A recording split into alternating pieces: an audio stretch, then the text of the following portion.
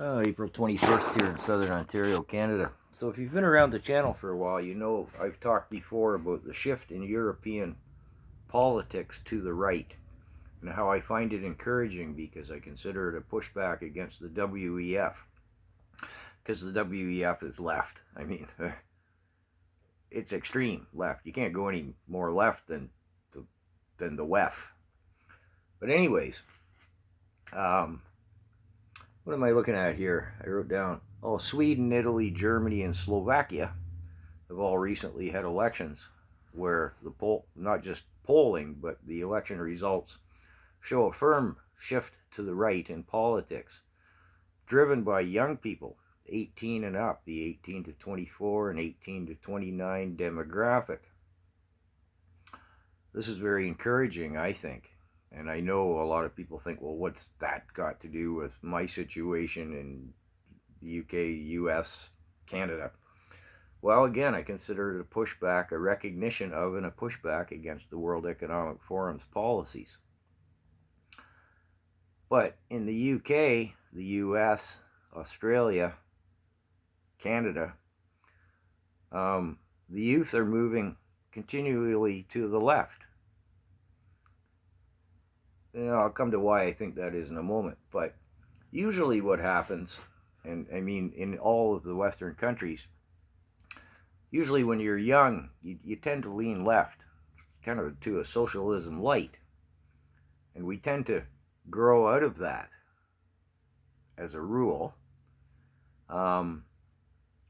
Socialism light sounds good until you look at your paycheck and see the hunk of tax that's coming off of it, and then you look at all the people that don't work that could and should be working.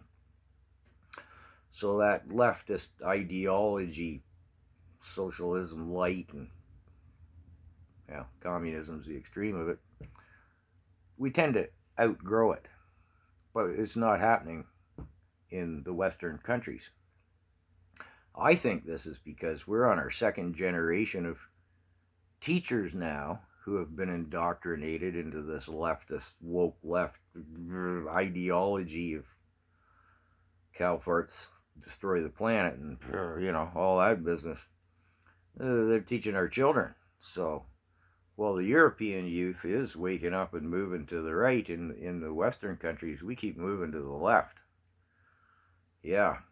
Another factor is, to my way of thinking, they have a multi-party system in most of these European countries. Sometimes, to me as a Canadian, it seems like, what a daunting number of parties. But it lets you have degrees of left and degrees of right. Whereas in the UK and in the US, basically it's a two-party system. And very much so in Canada, it's been, typically we had a three-party system conventionally, Liberal, Conservative, and NDP. It's not quite that simple, but basically it kind of really is in the big picture. Now we only have a two-party system. That's the Conservatives and the coalition between the NDP and the Liberals, but that doesn't matter because we're not going to have another election in Canada anyways.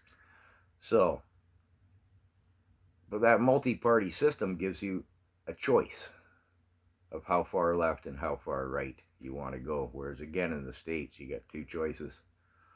The UK pretty much the same. Canada, well, we don't have a choice anymore. And I'm not sure about how the party system works in Australia. My apologies to the Australians. I didn't fact check myself